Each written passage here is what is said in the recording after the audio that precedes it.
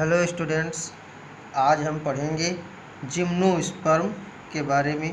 पिछले वीडियो में आपने पढ़ा था टेरिडोफाइट्स या टेरिडोफाइटा डिवीज़न के बारे में। जिम्नोस्पर्म को हिंदी में नग्नबीजी पौधे कहा जाता है, यानी कि नेकेड सीड प्लांट। ऐसा प्लांट जिनमें सीड नेकेड हो। अब सीड नेकेड होने का क्या मतलब है? जब हम टेरिडोफाइटा पढ़ा रहे थे तभी हमने बात की थी कि इनमें सीड हैबिट तो पाई जाती है लेकिन सीड बनता नहीं है, यानी सीड बनने की कुछ हैबिट शो करते हैं टेरिडोफाइटा, लेकिन उनमें सीड बनता नहीं है। जिम्नोस्पर्म में सीड तो पाया जाता है, सीड बनता है, लेकिन सीड नेकेड है। नेकेड का मतलब कि दे does not covered with in the fruit wall. आपको पता है कि सीड हमेशा फ्रूट के अंदर, आप जब भी फ्रूट खाते हो तो फ्रूट के अंदर सीड मिलती है आपको, यानी कि फ्रूट के, अगर ये फ्रूट है तो ये फ्रूट वाल हो गया और इसी के अंदर सीड कवर्ड होती है।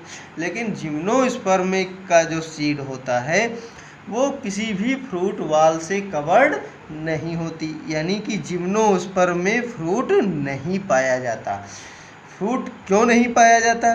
क्योंकि आप पढ़ेंगे कि जब आप फ्लावर का स्ट्रक्चर पढ़ते हैं तो कार्पल में आप पढ़ते हैं ओवरी, स्टाइल और स्टिग्मा। ये चीज़ें आपने पढ़ी होंगी हाई स्कूल में भी। तो ये जो ओवरी होता है यही बदल जाता है, फ्रूट में बदल जाता है। एक्चुअली यही ओवरी फ्रूट में बदलता है। तो ये तो आप आवृतबीजी या एंजियोस्पर्म की बात करते हैं। अब यही ओवरी जिम्नोस्पर्म में नहीं पाई जाती। जब ओवरी जिम्नोस्पर्म में नहीं पाई जाती तो यहाँ पर फ्रूट बनता ही नहीं है। फ्रूट नहीं बनता तो इनका सीड ऐसे ही लगा रहता है, यानी कि फ्रूट के अंदर कवर्ड नहीं होता। इसीलिए इनको कहते हैं नग्नबीजी पौधे या नेकेड सीड प्लांट। जिम्नोस्पर्म का एक पौधा है रेडवुड ऑफ कैलिफोर्निया। कैलिफोर्निया में पाया जाता है जिसे सिकोया सेम्परवायरेंस कहते हैं। ये सिकोया सेम्परवायरेंस टालेस्ट प्लांट है, tallest plant in the world, यानी कि विश्व में सबसे बड़ा पौधा, लंबा पौधा कौन सा है? रेडवुड ऑफ कैलिफोर्निया सिकोया सेम्परवायरेंस, जो जिम्नोस्पर्म डिवीजन से बिलोंग करता है। अब जैसे हम टेरिडोफाइटा में हम बात किए थे कि इनका मुख्य पौधा स्पोरोफाइट होता है, यानी बीजाणुद्भिद होता है। तो हमने बात की है कि किसी भी पौधे में दो अवस्थाएं हमेशा आती रहती हैं, एक तो बीजाणुद्भिद यानी स्पोरोफाइट अवस्था और दूसरी युग्मकोद्भिद यानी गेमेटोफाइट अवस्था। तो जो मुख्य पौधा होता है जिम्नोस्पर्म का, जिसे हम अपने आँखों से देखते हैं, वो कहलाता है स्पोरोफाइट।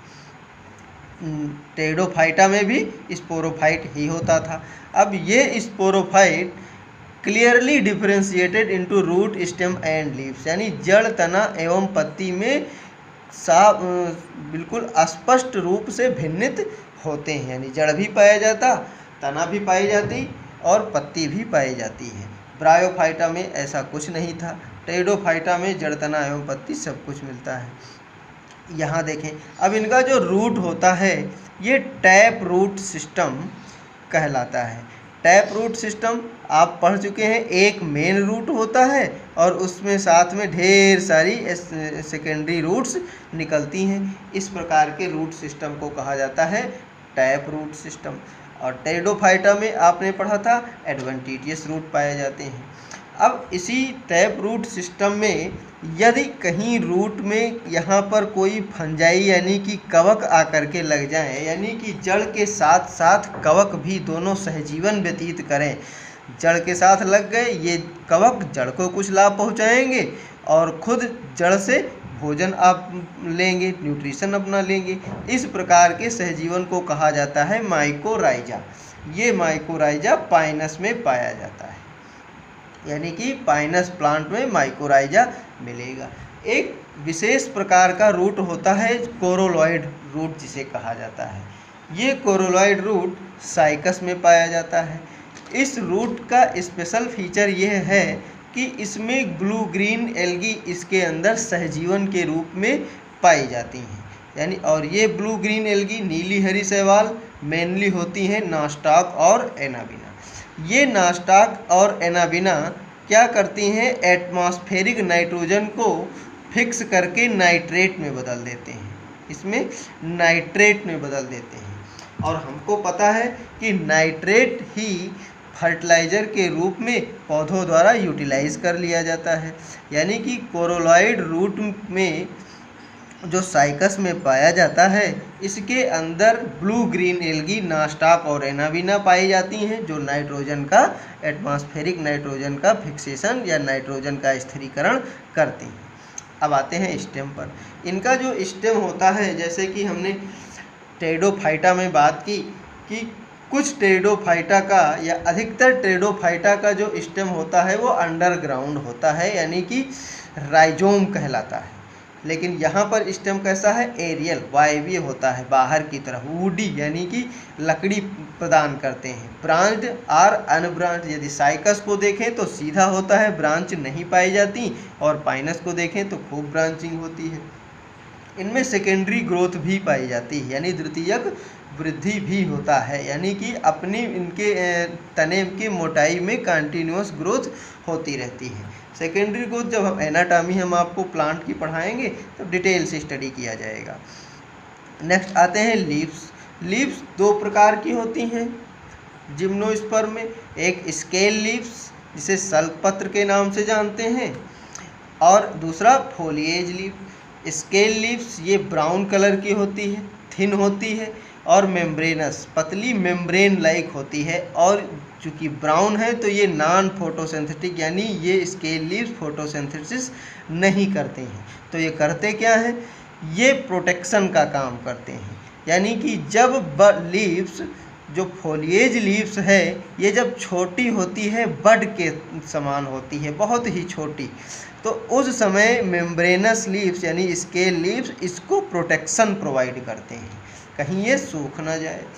दूसरा फोलिएज लीव्स, ये ग्रीन होती हैं, और जब ग्रीन होते हैं तो ये फोटोसिंथेसिस, प्रकाश संश्लेषण करते हैं।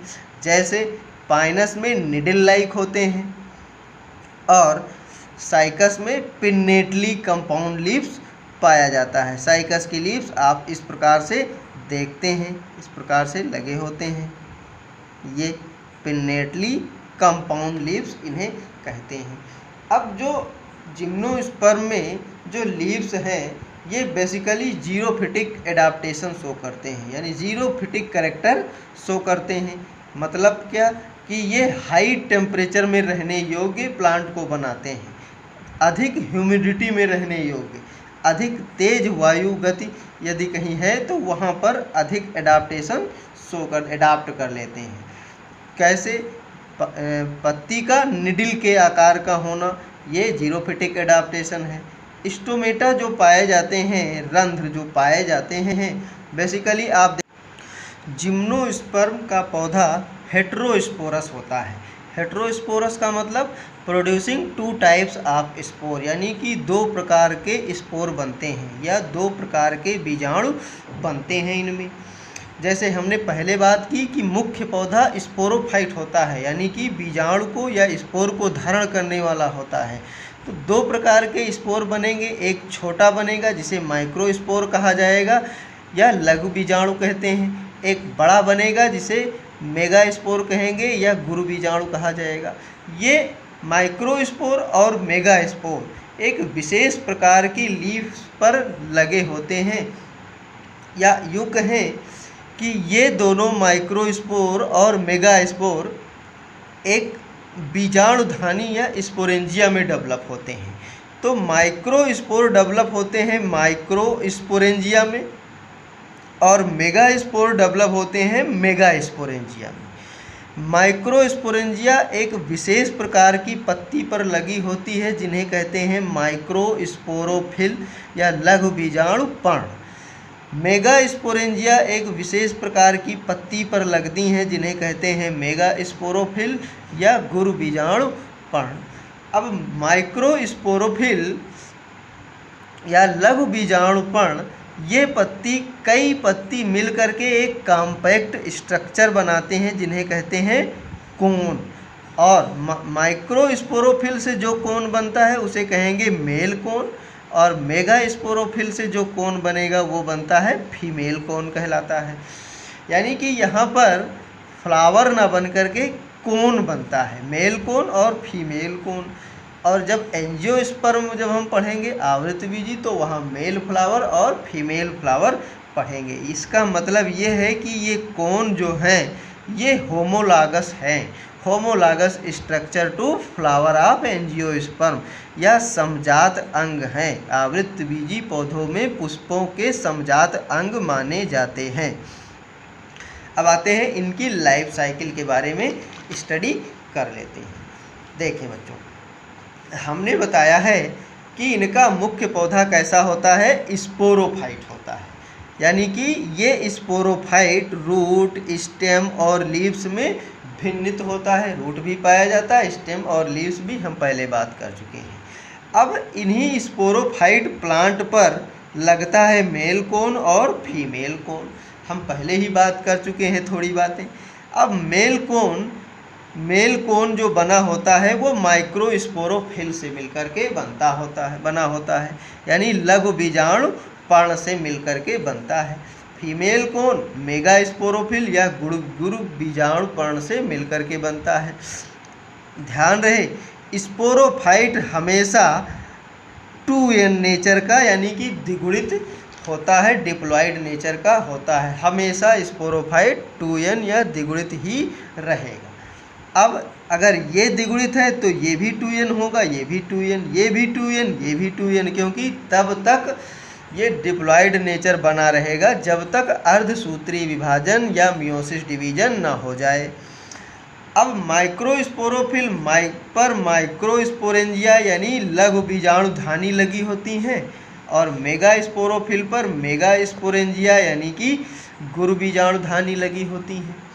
मेगा स्पोरेंजिया को यहाँ पर एक विशेष नाम दे देते हैं, कहते हैं ओव्यूल या अंडक। अब इन्हीं माइक्रोस्पोरेंजिया में ढेर सारे स्पोर मदर सेल्स पाए जाते हैं, और इन्हीं स्पोर मदर सेल्स में मियोसिस डिवीजन होती है, यानी अर्धसूत्री विभाजन होता है। और अर्धसूत्री विभाजन के परिणाम स्वरूप बनते हैं माइक्रोस्पोर। अब ये माइक्रोस्पोर, चूँकि माइक्रोस्पोरेंजिया स्पोर मदर सेल ये कैसे हैं, द्विगुणित नेचर के हैं। अब मियोसिस डिवीजन के बाद बने हैं तो ये कैसे हो जाएंगे, एन यानी कि हेप्लॉइड नेचर के हो जाएंगे। ठीक उसी प्रकार से मेगा स्पोरेंजिया जिसको ओव्यूल के नाम से भी जानते हैं, इसमें भी स्पोर मदर सेल्स मिलेंगे, स्पोर मदर सेल्स। अब देखें, दो यहाँ भी है यहाँ भी है, तो इनको कह देते हैं माइक्रोस्पोर मदर सेल्स, इनको कह देंगे मेगा स्पोर मदर सेल्स। अब मेगा स्पोर मदर सेल्स में जब मियोसिस डिवीजन होगी, यहाँ भी हो जाएगी मियोसिस डिवीजन यानी अर्धसूत्री विभाजन, और अर्धसूत्री विभाजन के पश्चात जो कोशिकाएं बनती हैं उनमें गुणसूत्रों की संख्या आधी हो जाती है। यानी कि अब मेगा स्पोर कैसे हो जाएंगे, हेप्लॉइड नेचर या अगुणित नेचर के हो जाएंगे। अब मेगा स्पोर ये डेवलप करते हैं और डेवलप करके बनाते हैं फीमेल गेमिटोफाइट, और माइक्रोस्पोर को यहाँ पर एक नाम और दे देते हैं पॉलन ग्रेन। ये जब हम आवृतबीजी पौधे पढ़ेंगे वहाँ भी पॉलन ग्रेन या परागकण, वहाँ भी इनको माइक्रोस्पोर को नाम दिया जाएगा। तो माइक्रोस्पोर के क्या कहेंगे, पॉलन ग्रेन। अब पॉलन ग्रेन, चूँकि ये मेल कोन, ये सारा डेवलपमेंट मेल कोन पर हो रहा है, ये फीमेल कोन पर डेवलपमेंट हो रहा है, तो परागकण, आपको पता है कि परागकण मेल फ्लावर से फीमेल फ्लावर तक उड़ करके पहुंचते हैं, और इस प्रोसेस को कहते हैं पॉलिनेशन कहा जाता है या परागण कहा जाता है। यानी कि अब पॉलन ग्रेन यहाँ से उड़ करके और फीमेल कोन तक आता है, यानी कि फीमेल गेमिटोफाइट तक आएगा। ध्यान रखना बच्चों, फीमेल गेमिटोफाइट को यहाँ पर एक नाम दिया जाता है इंडोस्पर्म, और चूंकि मेगा स्पोर से इसका डेवलपमेंट हुआ है तो ये भी होगा कैसा, अगुणित होगा, एन नेचर का होगा। ये इसलिए हम बता रहे हैं क्योंकि यहाँ जो जिम्नोस्पर्म में इंडोस्पर्म बन रहा है इसे फीमेल गैमेटोफाइट भी कहते हैं और ये अगुणित नेचर का है। लेकिन जब आप एंजियोस्पर्म पढ़ेंगे तो यही इंडोस्पर्म जो वहाँ बनेगा वो 3n यानी कि त्रिगुणित नेचर का हो जाएगा। खैर यहाँ पर पहले बात करते हैं।